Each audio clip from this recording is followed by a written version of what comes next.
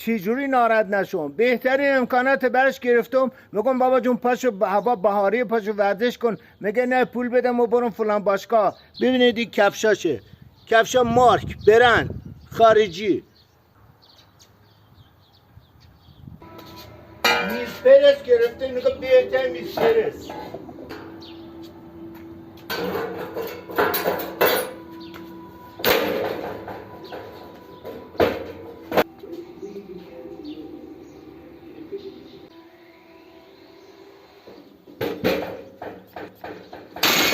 هنوز کجاشی دیدی؟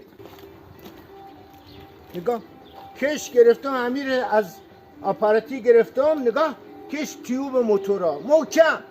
نگاه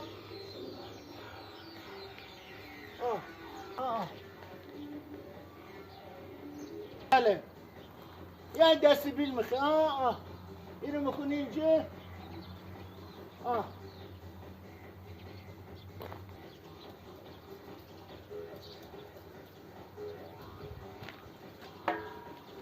حالا چی میگه آدم میگه؟